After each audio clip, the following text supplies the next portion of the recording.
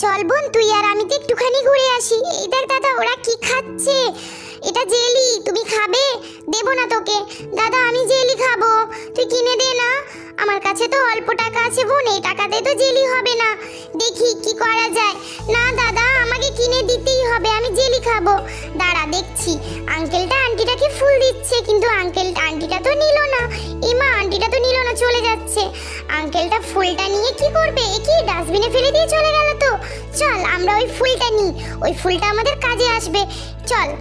এই তো একটা আঙ্কেল আসছে। আঙ্কেল তুমি ফুল নেবে? এটা 10 টাকা দাম। এটা খুব সুন্দর ফুল।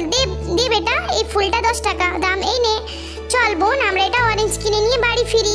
এই অরেঞ্জ দিয়েই তোকে জুস বানিয়ে আর জেলি বানিয়ে দেবো। চল এটা জেলি বানিয়ে নি। আমার তো খুব ভালো লাগে, আমি তো বোনকে খুব ভালোবাসি। তোমরা কে কে বোনকে ভালোবাসো প্লিজ কমেন্টে জানিও। আর আমি জেলি বানাতে শুরু করে দিয়েছি, দেখতে থাকো কেমন করে বানাচ্ছি জেলি। দাদা তোকে তো কেউ লাইক করছে না। হ্যাঁ বোন, সবাই লাইক করে দেবে, তুই দেখ ভিডিওতে অনেক কটা লাইক পড়বে। আর এই দেখ বোন, আমি জেলিটা সেটিংয়ে দিয়েছি।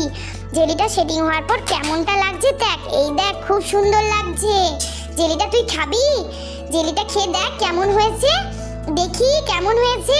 খুব ভালো হবে, দেখ খেয়ে। এই তো, বাহ খুব সুন্দর হয়েছে। আমার বোনের হাসিটাও খুব সুন্দর। দাদা খুব ভালো লেগেছে। বেটারা কি করো সবাই? এই তো মাম্মাম, এই দেখো আমি বোনের জন্য জেলি বানিয়েছি।